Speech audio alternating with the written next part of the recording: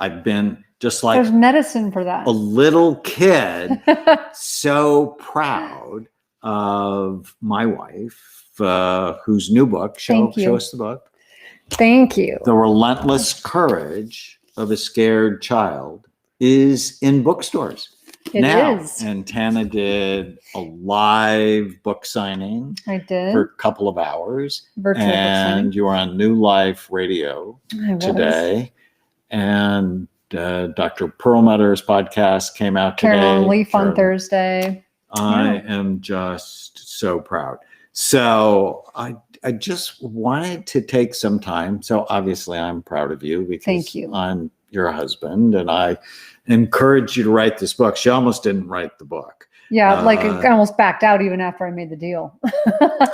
But one of my favorite stories in the book is how you came to terms with people who hurt you when you were a child. Yeah. And could you just talk a little bit about what happened at the Salvation Army? I mean, that was really an important program that you and I worked on together.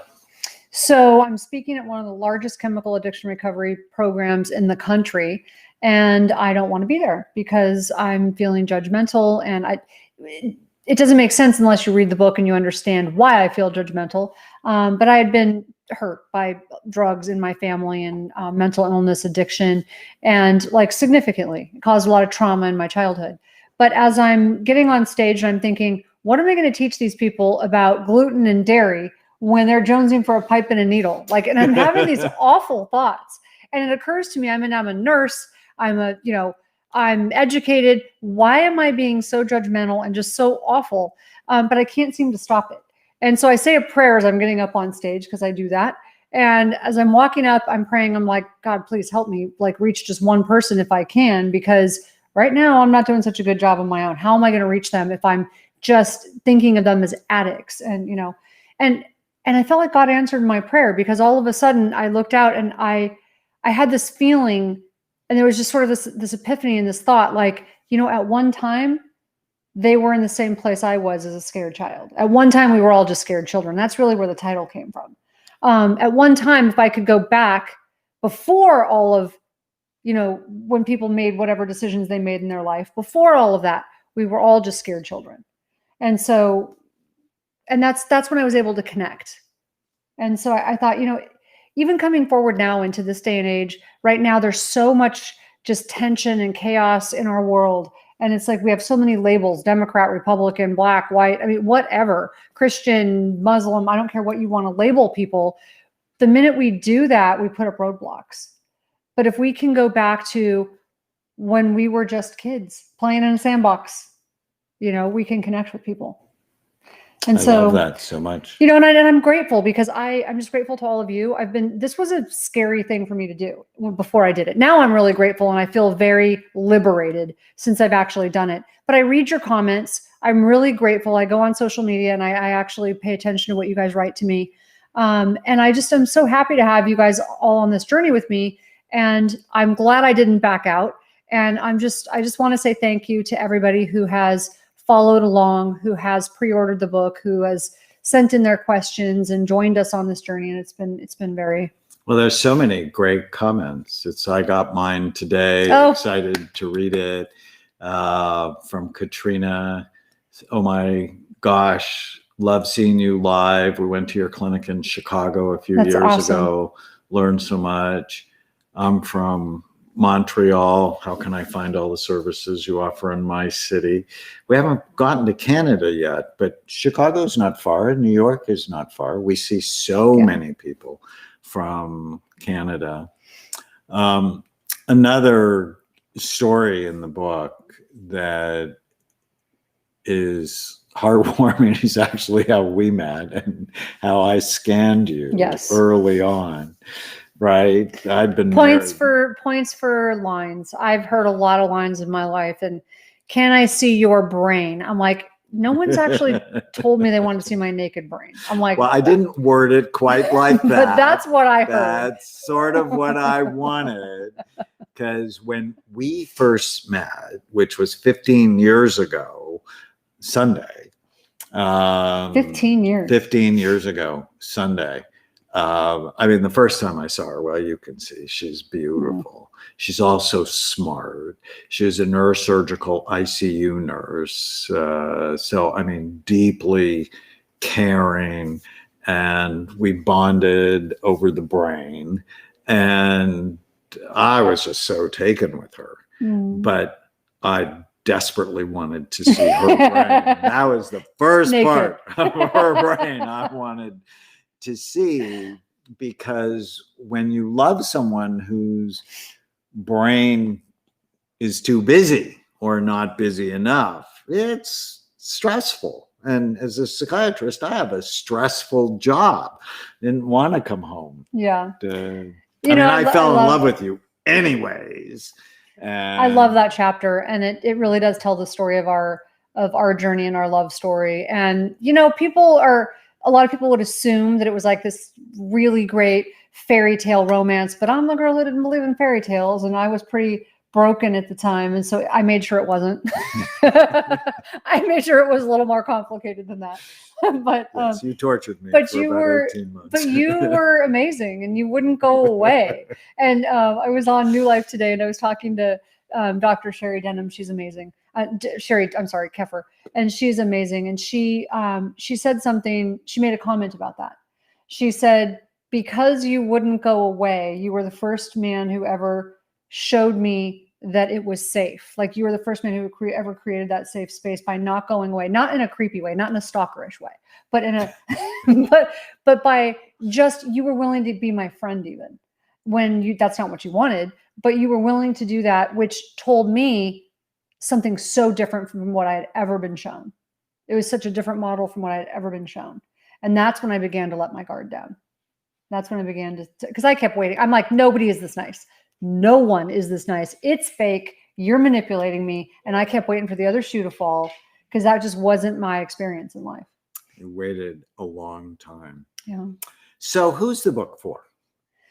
Who do you think would really benefit? So anyone who has really struggled with childhood trauma, chaos in your life growing up, and not just childhood. So I had a series of stressors that series of traumas that stacked in my adolescence. But then in my early 20s, I made some bad decisions. So sometimes, things happen to us. Sometimes we make bad decisions. We sort of make things happen. And so, there's a lot of self-loathing and shame that goes along with that. And so learning to forgive not only other people, but yourself. And then people who struggle with family members with mental illness and addiction, because that was, for me, really hard to forgive people with, that created chaos in my life. And that was the big lesson. One of the big lessons is it's easy to call people bad. It's harder to ask why. Behavior's complicated. And when I wrote my story and was able to go back and I had to interview people, and I'm looking at it now through the lens of an adult who's educated, who has life experience, not the 4-year-old. I was able to reprocess it differently. That is so important. And that 4-year-old saved me, right? That 4-year-old that developed those strategies, those survival strategies at the time, that was necessary. But those weren't strategies that help me now. And so I needed to go back and tell that 4-year-old strategy is not going to help you now. Right. And so I needed to go back and tell that 4-year-old, good job. You did a good job. And now it's okay to let it go, because now I've got this. We're okay, right? Because an adult strategy is so much more important. It's so important. If you have hurts, all of us have hurts, that to really look at it from a best friend's perspective. I was talking to one of my patients, and I said, would you ever talk like that to one of your friends? Right? No. Would you ever talk like that you're talking about yourself to one of your children? And I was praying she would say no. Well, most of us would never allow someone else to talk to us that way. Most of us would never allow someone to be as cruel as we are to ourselves, over and over and over. Yeah. So learning how to direct your mind, I just think it's a spectacular story, and that you'll get great benefit in the book. You'll laugh because there's a lot of funny parts. You'll cry because there's a lot of very sad parts. You'll go, oh my. Yeah, there's a lot of like, yeah. And this is the family friendly version. And so I had one outlet tell me, I'm not sure we can have you on with this book because it's a little racy for our audience. And I'm like, well, this is the PG-13 version. I'm really glad that I didn't put the other stuff in. Yeah, when they make the movie. Someone said, I used to swear you two are twin flames. Oh, I just lost that. Where'd it go? Oh, that just went away. There was a cute, where'd it go? Well, I don't know. I just lost that comment. Okay, well, someone said we were twin flames. It was really cute. You are my best friend, but we are so opposite. It's hilarious. Oh, he's the yin to my yang. I opened my book today, and my 18-year-old daughter immediately swiped it and started it right away. It's so good, Mom. LOL. She'll read it faster anyway. Oh, that's so sweet. Oh, thank you so much. That makes me feel so good. You know what surprised me? Because I think the target audience for the book was 35 to 65-year-old women. I've been getting more comments from younger women, but also from men. That was the big surprise to me. I got men will love this. I actually got two of my most powerful testimonials from men who had been through childhood trauma. So here's that quote. I used to swear you two are twin flame in union and purpose. Oh, I love that. The two shall become one. Yes. Yes. Patients feel positive when they see happy nurse and doctor. Well, we often say doctors tell you what to do. Although nurses tell you what to do too. We're pretty bossy. Nurses show you how to do it. Yes, this one is bossy. You don't work in a neurosurgical ICU unit and not be bossy. She is working around neurosurgeons. Yeah, you have to be bossy. So what should we do to celebrate the release? So we wanted to celebrate with you. We're not big drinkers. But for me, the celebration is just to feel joy and appreciation. And like the 18-year-old who swiped the book and said, it's so good. Oh, I love that. It is. It's really good. You know, another group this book is for, if you're having trouble deciding whether or not someone should be in your life, this book will help you with that. Yeah, boundaries. So that came up today when I was on New Life. Someone called in and said, I'm feeling, because I had a couple of, you'll read in the book where I disconnected from all of my family. I'm like, done. Like the Jerry Springer thing, I'm done with it. I'm shouldn't have married. Right. You can't marry a psychiatrist if you want to stay disconnected from people. So, but as I reconnected with two people in my life, two family members, and I realized, God had been calling me to reconnect with some people who needed my help. And I didn't want to. It was really uncomfortable for me. And I resisted it. But the help was for me. I gave them help. The healing was for me. So the help was for them, but the healing was for me. It was really important. And a guy called in and he said, now I'm feeling guilty because I've disconnected from my family and I'm feeling like, am I not supposed to do that? And I'm like, no, not necessarily. Like, it's really important to be clear about this. And I love what Dr. Kepper said. She said, you only reconnect with people if it's emotionally safe. So you reconnect with people if it's emotionally safe to do so. And for me, what that meant at the time was I had to get help to learn how to set boundaries. And by setting boundaries, I first figured out what my boundaries were. Then I made them clear to other people, the people in my life who I disconnected from. It's like, if you want to be back in my life, these are my boundaries. Some people could respect that and some people could not. The people who could not, the people who threaten, who, complain, bully, all of those things, those are not people that respect your boundaries. And those are people who I still love them. I choose to forgive them. I don't hold on to the anger because that just hurts me more than it hurts them. But I need to love them from a distance. It's like, I love you and I will miss you. Wow. I want to answer this question from Ronald Butts. I have awful brain fog and short-term memory problems and can't see a neurologist because of COVID. Doctors can't figure out what's wrong. I actually have a book. It's the red one. Where is it? It's here somewhere. Called Memory Rescue.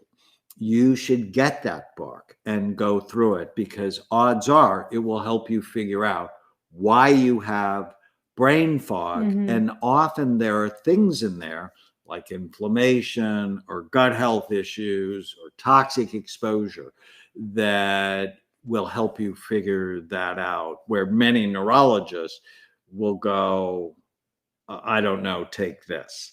And so memory rescue can be really helpful.